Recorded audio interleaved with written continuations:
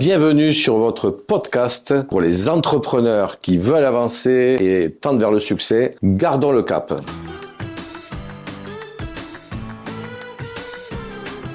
Nous allons aborder là ensemble la construction de sa pyramide de l'abondance entrepreneuriale. Construire sa pyramide de l'abondance entrepreneuriale, c'est un outil que nous avons construit avec notre équipe pour structurer son business, pour structurer son modèle économique. Dans notre contexte si particulier, c'est compliqué. C'est complexe de pouvoir structurer l'évolution de son business et de pouvoir se renouveler. Et en fait, ce qu'on oublie souvent, c'est qu'il y a différents étages dans notre business. Et qu'on ait créé il y a 5 ans, 10 ans, 20 ans, on peut avoir parfois oublié le pourquoi on a créé. Quand vous lancez une activité, vous pouvez aussi parfois vous focaliser sur vos offres, sur les flux financiers, mais parfois il manque l'essentiel, il manque les fondations. Nous avons bâti un modèle au fil de nos accompagnements, il y a quelques temps maintenant, que nous avons envie de vous partager, qui s'appelle la pyramide de l'abondance entrepreneuriale. Et l'enjeu pour les entrepreneurs, c'est de pouvoir la construire, en prendre conscience et surtout faire des révisions tout au long. Alors, la pyramide de l'abondance entrepreneuriale, qu'est-ce que c'est très simple. Je vais vous l'expliquer dans les minutes qui viennent. À la fin, vous pourrez prendre conscience de quels sont les étages sur lesquels vous manquez de performance, quels sont les étages sur lesquels vous avez des points forts. Et en fait, une pyramide, vous savez, c'est des étages où tout est lié. On monte étage par étage de manière finalement très méthodique. Et quand on se trompe d'étage, quand on saute un étage, en fait, il manque quelque chose. Et c'est parfois pour cela qu'on a un business qui manque d'efficience. Donc aujourd'hui, je vais vous partager ce modèle sur lequel vous allez pouvoir vous inspirer pour bâtir votre propre pyramide de l'abondance entrepreneuriale. L'abondance n'est pas que financière. L'abondance, c'est aussi le plaisir de faire ce qu'on aime faire. C'est aussi finalement partager avec son équipe, faire grandir son équipe, partager avec son écosystème et surtout aussi contribuer avec une clientèle qui nous correspond, avec lesquelles nous sommes animés des mêmes valeurs. On y va sans plus attendre. Bien entendu, vous pouvez liker, partager ce podcast et puis nous consulter également pour aller plus loin. Nous sommes à votre écoute avec mon équipe et à votre service. Donc cette pyramide comporte 10 étages. Dans ces 10 étages, il y a quasiment 4 étages qu'on ne voit pas, qui vous concernent vous. C'est la construction de votre business. Et ensuite, il y a 6 étages qui vont se voir. Ça va de votre offre à votre écosystème, vos outils de pilotage, les flux financiers. Bref, il y a la partie émergée. La partie immergée, c'est souvent la plus puissante parce que c'est celle qui vous anime, c'est de là que l'énergie part. Cette pyramide de l'abondance fonctionne avec une énergie. À un moment donné, quand vous créez votre business, il y a un déclic quelque part. Quand vous avez créé, pour ceux qui ont créé depuis 3 ans, 10 ans, 15 ans, quel est le déclic que vous avez pu avoir? Qu'est-ce qui a fait que vous avez dit, je vais me lancer dans l'entrepreneuriat? Qu'est-ce qui a fait que vous avez dit, je vais reprendre une entreprise? Si je parle de mon cas personnel, en fait, je travaillais à la banque, certains le savent, et puis à un moment donné, je me suis dit, je me sentirais plus utile d'être du côté des entrepreneurs, de les accompagner et de leur permettre finalement de piloter leur boîte avec succès. Et puis un jour, j'ai eu un déclic. J'ai eu un déclic et je me suis dit, ça y est, c'est le moment. Un déclic est lié à un contexte particulier où je sentais que j'avais fait mon temps à la banque et j'ai beaucoup appris. À un moment donné, c'était à mon tour de me lancer, de fermer un chapitre de cette histoire et de me lancer de l'autre côté de la route. Et vous, quand avez-vous eu ce déclic quand vous êtes lancé? Vous êtes aussi en préparation? Est-ce que vous êtes près du déclic pour pouvoir vous lancer dans l'entrepreneuriat? C'est important d'être conscient de ce déclic parce que ce déclic, vous savez, c'est comme une flamme. Quand une flamme s'allume, c'est une énergie qui s'allume et que vous allez faire prospérer. Le jour où il n'y a plus cette énergie, votre business s'effondrera, ralentira, parce que quand on a une énergie basse, forcément, le business devient bas. Alors, cette énergie qui va permettre un déclic, qui va mettre en œuvre une idée, qui va se déployer aussi avec une intention forte, cette intention de vous lancer pour contribuer, mais aussi prendre du plaisir à être indépendant et à être maître de vous-même. C'est pas toujours évident, mais en tout cas, derrière, c'est une intention. Une intention forte qui doit aussi s'accompagner d'une visualisation, on le verra, qui peut déclencher une émotion forte de vous voir dans le futur dans cette situation, parce que les deux sont associés, l'intention et l'émotion qui va accompagner cette mise en musique. Et derrière, avec une conviction. La conviction, c'est vraiment croire fondamentalement en ce que vous faites. Si vous croyez pas en ce que vous allez faire et en ce que vous faites, du coup, vous aurez plus de mal à convaincre des clients, à convaincre des partenaires et des collaborateurs pour venir travailler avec vous. Dans ce premier étage, qui est animé par cette flamme, quelle est votre énergie? Quel est le déclic que vous avez eu? Est-ce qu'il en reste encore? Est-ce que vous en avez encore plus qu'au début? Quelles sont les idées ou l'idée qui vous a permis de créer cette activité? Où en est-on? Est-ce qu'il y a eu de renouvellement? Et en fait, quelle est l'intention ou les intentions et la conviction et le fait de croire vraiment en ce que vous faites? Quand vous avez vraiment décrit ce premier étage, nous pouvons passer à l'étage suivant. Et donc, cette transmission d'énergie se fait à l'étage suivant. L'étage suivant, c'est quelle est la raison d'être de mon activité? Quelle est ma mission? Quelle est ma contribution sur le marché? Pour faire du business, c'est simple finalement. C'est une histoire d'un individu, d'une équipe. C'est l'histoire d'un marché d'un côté et de besoins de l'autre. Donc derrière, si j'ai pas de produit avec des besoins que je vais servir, avec une utilité forte, en fait, je n'ai aucune raison d'être. Vous pouvez regarder n'importe quel business, ça ne marche pas s'il n'y a pas d'utilité. Donc derrière, c'est quelle est votre mission? Quelle est la mission que vous pouvez avoir vis-à-vis de votre marché? Et l'idée, c'est d'être différenciant. Alors bien sûr, vous pouvez avoir un marché sur une zone géographique, vous pouvez avoir un marché sur une zone plus ou moins grande géographiquement, sur un segment d'activité. Voilà, réfléchissez bien quelle est la contribution que je veux amener, comment je veux améliorer finalement la vie de mes clients avec des produits, des services divers qui correspondent à votre spécialité, ce qui vous fait kiffer et surtout ce qui va amener de la valeur. Quand vous vous imprégnez de ça, franchement, vous êtes déjà armé pour vendre vos produits sans avoir la culpabilité de se dire ça va être cher pour eux, j'ai un problème avec l'argent, etc. Imprégnez-vous bien de cette contribution avant de parler d'offres et de marché. D'abord, c'est qu'est-ce que j'amène? Par exemple, quand je me suis posé la question, je me suis dit, moi, je vais permettre aux entrepreneurs de mieux piloter leur entreprise, de leur faire gagner du temps, de leur donner des conseils qui vont permettre d'accélérer leur business et finalement de se sentir dans la peau d'un entrepreneur épanoui parce qu'on aura travaillé sur le financier, on aura travaillé sur les offres, on aura travaillé finalement sur la globalité de l'entrepreneur. Et vous, en quoi vous êtes utile? C'est quoi votre raison d'être? C'est le deuxième étage. Le troisième, ça va être finalement, quel est le sens à tout ça? Vous savez, l'entrepreneuriat, c'est une véritable aventure. Je peux vous le dire, moi, ça fait 24 ans que j'y suis, je vais bientôt rentrer dans la 25e année. C'est une véritable aventure, c'est à la fois passionnant, mais c'est à la fois prenant en termes d'énergie, et donc c'est vraiment une aventure. On a beau avoir une vision forte, ce que je conseille d'avoir, on peut avoir des surprises parce qu'on n'est pas à l'abri d'aléas diverses et variés. On peut parfois se tromper dans des décisions. Donc derrière, avoir une vision, ça permet quand même d'avoir cette trame, d'avoir ce chemin que vous allez tracer. Donc, quelle est pour vous cette vision? Troisième étage, donc, c'est le sens à son activité, la vision et la destination. Bref, décider de son futur. C'est génial quand même. Vous avez la possibilité de décider de votre futur. Encore une fois, on n'est pas à l'abri, vous avez un dépôt, il y a un orage, de la grêle, on n'est pas à l'abri de différents aléas, crise économique, financière, etc. Mais le fait d'avoir une vision permet malgré tout, de pouvoir avoir des plans pour s'orienter et prendre des bretelles quand vous savez, vous tracez votre autoroute. L'autoroute est bloquée, vous avez une bretelle, vous faites un contournement et vous revenez sur le chemin. Avoir une vision, c'est ça finalement. C'est qu'est-ce que vous voulez devenir. Dans le qu'est-ce que vous voulez devenir, nous allons travailler sur qu'est-ce que vous voulez être dans le futur, qu'est-ce que vous voulez faire dans le futur et qu'est-ce que vous voulez avoir et posséder dans le futur. Quelle va être votre identité future avec une équipe ou pas, parce que vous êtes peut-être un entrepreneur qui n'a pas vocation à recruter, mais en tout cas, qu'est-ce que vous voulez faire de votre business? Donc aujourd'hui, vous êtes dans une situation où vous avez 3, 10, 20, 100 personnes, vous êtes en train de vous lancer.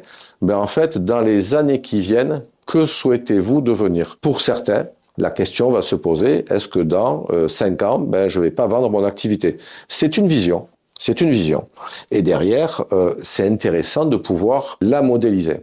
Donc là aussi, si j'ai pas mis suffisamment de sens, si j'ai pas approfondi ces questions-là, il manquera quelque chose à un moment donné dans la motivation. La vision amène de la motivation, du sens et surtout, vous pouvez la partager à votre équipe, aux gens qui vont vous rejoindre, qui vont s'agréger à votre système. Sens, vision, destination, c'est fait pour être partagé à votre écosystème, c'est fait pour être partagé à vos collaborateurs. Et quand en plus on a cette conscience de la mission et de la raison d'être, Ben, franchement, c'est génial. On se lève le matin, on sait pourquoi, et ça permet vraiment à ceux qui travaillent avec vous de s'agréger à votre leadership. Une fois qu'on sait où on veut aller, c'est très simple, on met le cap. Comme le marin qui veut traverser l'Atlantique, c'est simple, il va mettre le cap sur une destination précise. Et à partir du moment où on a un cap, on met des objectifs et des sous-objectifs. Vous voyez, c'est comme un trajet. Vous voulez faire un voyage, vous avez des étapes, des arrêts, des escales. En fait, chaque escale est un objectif. Donc derrière, vous allez définir vos objectifs, votre cap et votre stratégie. Il n'y a pas de stratégie qui tienne si j'ai pas un cap, si j'ai pas de vision. La stratégie, c'est toutes les actions que vous allez mener pour atteindre vos objectifs, atteindre le cap et finalement réussir à devenir ce que vous souhaitez devenir. Donc le 4e étage, c'est objectif, cap et stratégie. Là aussi, quand c'est puissant, je peux vous garantir que derrière, on va passer du côté du 5e étage. Et là, c'est la partie émergée de votre business. Donc les 4, c'est vraiment votre introspection, la stratégie, ce avec quoi d'ailleurs nous travaillons beaucoup avec les entrepreneurs pour mettre de la puissance dans leur moteur. Ces 4 premiers étages vont conditionner tout le reste, parce que la motivation, le sens vont en découler. Le 5e étage, en fait, on va réfléchir marché. Donc maintenant, on va passer aux choses beaucoup plus concrètes. Ça ne veut pas dire que les 4 premiers étages n'étaient pas concrets, mais c'est les fondations, les différents F comme fondation, la foi en ce que vous faites, la force, la focalisation. J'appelle ça les 4 F en fait, qui fait que vous croyez en ce que vous faites, vous êtes focus et derrière vous mettez des fondations fortes, avec de la force et de l'intensité. Le 5e étage, on va parler maintenant de qui vous ciblez sur votre marché. C'est important d'avoir une cible. Si vous ne ciblez pas, vous n'atteindrez personne. Imaginez que vous jouez aux fléchettes et puis vous n'avez pas de cible. Les flèches vont partout, mais n'atteindront jamais la cible puisqu'il n'y en a pas. Donc, un conseil que je donne sur ce 5e étage, à qui vous voulez sur votre marché vous adresser précisément. Des gens qui correspondent à vos valeurs, à la qualité de vos produits, à votre zone géographique, catégorie, hommes, femmes. Vous voyez, par exemple, j'accompagne quelqu'un qui souhaite accompagner que des femmes entrepreneurs. C'est son choix. Certains sont dans l'esthétique et se disent, moi, ma cible, c'est des personnes qui ont entre 30 ans et 50 ans. D'autres produits pour les vélos, c'est des personnes sportives qui aiment le vélo de course, etc., etc.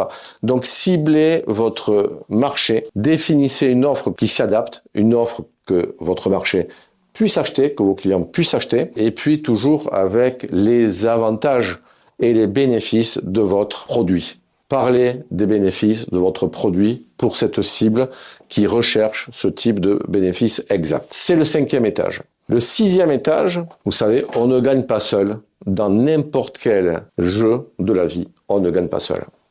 Que ce soit du sport, que ce soit dans les arts, que ce soit en politique, dans les associations, que ce soit dans n'importe quoi, il vous faut un écosystème. Et même si on a de plus en plus d'outils digitaux, de l'intelligence artificielle, de l'automatisation, en fait, s'il n'y a pas d'humain autour de vous, ça ne fonctionnera pas. On ne gagne pas seul. Retenez bien ça, c'est impossible de gagner seul. Donc ce 6e étage, c'est tout simplement de bâtir une équipe autour de vous, de partenaires, de freelance si vous voulez pas recruter, de collaborateurs et de collaboratrices quand vous voulez recruter, avec lesquels vous allez pouvoir avancer dans cette merveilleuse aventure qu'est l'entrepreneuriat. Choisissez bien par rapport à vos valeurs. Et derrière, dans cet écosystème, vous devez avoir un expert comptable, ou des banquiers. Vous devez choisir les personnes qui vous accompagnent, pourquoi pas. Nous sommes là pour ça d'ailleurs. Vous pouvez choisir évidemment une équipe interne que vous allez faire grandir. Et surtout, quand vous allez les agréger à votre système, vous allez partager votre vision, votre raison d'être, vos valeurs, et les gens avec lesquels vous allez collaborer tout au long de votre vie d'entrepreneur, en fait, vont travailler sur ces valeurs. C'est quand même plus simple quand on a fait le travail immergé de pouvoir recruter, de pouvoir chercher ses partenaires. Ne prenez pas vos partenaires par hasard parce qu'il est à côté, parce que c'est dans la rue voisine de la vôtre, etc. Prenez des personnes qui partagent vraiment vos valeurs, qu'on vous conseille, et ce sera plus simple. Ça, c'est le 6e étage. Tout comme il n'y a pas de business s'il n'y a pas d'équipe autour de vous, il n'y a pas de business si vous n'avez pas de clients. Donc, dans le 5e étage, nous avons parlé de vos offres. Vos offres, vont se distribuer à des clients. Donc derrière, quelle est l'acquisition client, la méthodologie d'acquisition client que vous faites? Réseaux sociaux, présentiel, réseau physique, le bouche à oreille. Réfléchissez à tout ce qui permet d'acquérir de la clientèle. En tout cas, ce qui est sûr, c'est qu'il vous faut suffisamment de clients avec suffisamment de marge pour absorber toutes les charges que vous avez pour être rentable. Sinon, votre business va s'effondrer. Les partenaires que vous allez trouver dans votre écosystème vont vous y aider. Les offres que vous allez faire sont faites pour servir ces clients. Et donc, derrière, c'est avez-vous assez de clients? C'est le 7e étage de la pyramide. Et puis, vous avez des clients, donc forcément, vous avez des flux financiers entrants. Et moi, je parle de pilotage financier qu'à partir du moment où j'ai des flux financiers entrants. Sinon, ça sert à rien. Il y a des gens qui me disent, oui, Gérard, est-ce que tu peux m'aider? Certains sont en lancement avec notre équipe, est-ce que vous pouvez nous aider? Mais en fait, on est juste sur l'acquisition client, on n'a pas encore lancé le business. Donc, il n'y a pas de KPI, de pilotage financier, tant qu'on n'a pas suffisamment de rentrées. Donc, derrière, le 8e étage va consister à piloter son business. Et en fonction de la taille de l'entreprise, on va aller sur l'essentiel. L'essentiel, c'est savoir si je gagne ou pas de l'argent. Donc, les soldes intermédiaires de gestion. Savoir ce que je vais faire demain. Quel est mon carnet de commandes? Quelles sont les tendances de chiffre d'affaires quand j'ai des business sans carnet de commandes? Les commerçants, les restaurants, etc. souvent n'ont pas de carnet de commandes. Qu'est-ce que j'ai en trésorerie? Et après, au fil de la consolidation de l'entreprise, on va mettre des KPI sur la qualité, sur le taux de conversion commerciale, sur le turnover des équipes. On va mettre des KPI sur toutes les pans de l'entreprise. Et là, on va pouvoir piloter avec une grande visibilité son entreprise. Le pilotage, en fait, c'est savoir ce qui se passe dans l'entreprise, quels sont les dysfonctionnements potentiels et justement quels sont les points forts que j'ai. Et dans le pilotage, aujourd'hui, je dois vraiment savoir ce qui se passe en dehors de l'entreprise. Parce que il y a autant de risques en dehors de l'entreprise que de risques à l'intérieur de l'entreprise. Et donc, avoir juste des outils de pilotage qui permettent de voir l'interne, si je vois pas ce qui arrive sur mon marché, si j'ai pas d'éveil technologique, politique, fiscal, etc., je vais passer à côté. Si je sais pas ce qui se passe du côté de mes concurrents, en fait, je peux me prendre des revers à un moment donné importants. L'idée, c'est d'être collé au marché et de faire que son entreprise soit super efficace. Et nous allons arriver sur les 2 derniers étages et après, je vais vous dire comment ça fonctionne. Donc, l'avant-dernier étage, c'est le flux financier. Donc, les flux financiers, c'est l'ajustement des flux entrants et sortants qui fait qu'on va avoir de la trésorerie. C'est la stratégie financière. Parce qu'on a beau avoir tous les étages qui fonctionnent bien, si je gère mal mes entrées, mes sorties, en fait, vous allez avoir un grand stress. Les nuits seront courtes. Il faut savoir que 50% des entrepreneurs aujourd'hui sont soumis à des troubles d'anxiété forts, des insomnies, de la dépression, du burn-out, etc. Le fait de ne pas avoir de trésorerie, c'est un élément fort pour provoquer des nuits blanches et ne pas dormir. Aujourd'hui, dans le contexte où nous sommes, je peux vous dire que beaucoup font des nuits blanches. Donc derrière, c'est l'ajustement des flux financiers. Donc c'est un corollaire au pilotage global, la gestion de trésor, la stratégie financière, savoir financer quand j'ai des investissements à réaliser. C'est un savoir-faire qu'il faut posséder ou en tout cas se faire accompagner pour, parce qu'on peut avoir des déconvenues terribles et parfois c'est vraiment le cas. Donc même si mes 8 étages précédents sont OK, si le 9e n'est pas bon, ça ne marchera pas. Mais si j'ai 3-4 étages avant le 9e qui ne fonctionnent pas, j'arrive même pas au 9e. On est bien d'accord, hein. Avant d'arriver au 9e étage, il faut que j'ai passé les autres étages. Ou alors, c'est pas périn. Et enfin, quand tout fonctionne bien, quand tout est fluide, quand tout est aligné, en fait, c'est l'épanouissement, le bien-être, qui fait qu'on a une flamme qui se renouvelle et qui fait grandir sa pyramide. Ça veut dire que vous avez une démarche structurée et vous pouvez vous auto-diagnostiquer pour savoir à quel étage, si vous avez un souci dans l'entreprise, où il se passe. Parfois, on va chercher midi à 14h, alors que c'est tout simplement la motivation. On est en bas de la pyramide. Parfois, c'est l'absence de vision, parce que je ne sais pas où je vais. Ça veut dire que si j'ai un étage qui est fissuré, le haut sera forcément fissuré. Imaginez, vous savez, un circuit d'énergie, et à un moment donné, vous avez ce circuit qui fuit. Vous avez ce qu'on appelle l'entropie dans un système. Mais en fait, ça va rendre moins efficient le reste. Vous aurez un écosystème qui est avec des failles, parce qu'il y a quelqu'un qui connecte plus avec votre manière de faire, de travailler. Forcément, ça va peut-être en pâtir sur l'acquisition client, sur la gestion, vous allez passer du temps avec, vous allez perdre du temps et ça ne marchera plus. Donc en fait, l'idée, quand tout va bien, le système s'auto-alimente. Donc l'énergie redescend et on repart et on est dans un système qui est vertueux où en fait on est dans le meilleur des mondes et tout va parfaitement bien. Alors être dans le meilleur des mondes, c'est pas toujours le cas, c'est pas toujours la situation qu'on connaît. On a parfois des réglages et comme toute mécanique, en fait le système demande à ce que l'on vérifie si tout marche bien. Moi, je propose tous les trimestres de faire un point sur sa pyramide, où ça va pas. Et pourquoi pas de le partager en équipe aussi, parce que c'est un outil très puissant pour régler son entreprise. Ce qui est sûr, c'est qu'il faut la consolider au fil de la complexité de notre environnement, des agressions de l'environnement de l'entreprise, géopolitique, politique, climatique, etc. Donc ça, c'est comment ça fonctionne dans le meilleur des mondes. Mais d'un autre côté, si on a des fractures, après, les fractures vont s'élargir au fil de l'eau. C'est comme un mur. Quand vous avez une maison avec des fissures, en fait, au fil de l'eau, au fil du temps, la fissure va s'élargir. Donc, parfois, il faudra colmater. Ça suffira. Parfois, il faudra vraiment refaire les fondations parce qu'il y a trop de difficultés. Donc, être vigilant sur sa pyramide de l'abondance, c'est vraiment une clé importante pour réussir son business. C'est un moyen innovant de pouvoir valider que tous les étages de mon business sont solides, structurés. Par contre, ça nécessite au fil des années de la rénovation parce que le monde change, les habitudes à un moment donné érodent la motivation et l'efficacité. Et en fait, votre pyramide, amusez-vous, comme dans le bâtiment, à faire des rénovations fréquentes, à faire des extensions et pourquoi pas à créer d'autres petites pyramides. Donc, l'enjeu pour les entrepreneurs, c'est de prendre soin de vos pyramides de l'abondance, de veiller à vos 10 étages. Et puis, moi, j'ai bien envie que vous nous communiquiez vos résultats sur vos autodiagnostics, notez sur 10 chaque étage. Et derrière, vous nous dites qu'est-ce que ça fait pour vous et sur quel étage il faut se focaliser pour réparer. Mettez un pouce, partagez, ça nous fait du bien aussi. On vous retrouve sur le prochain podcast et à très vite les amis.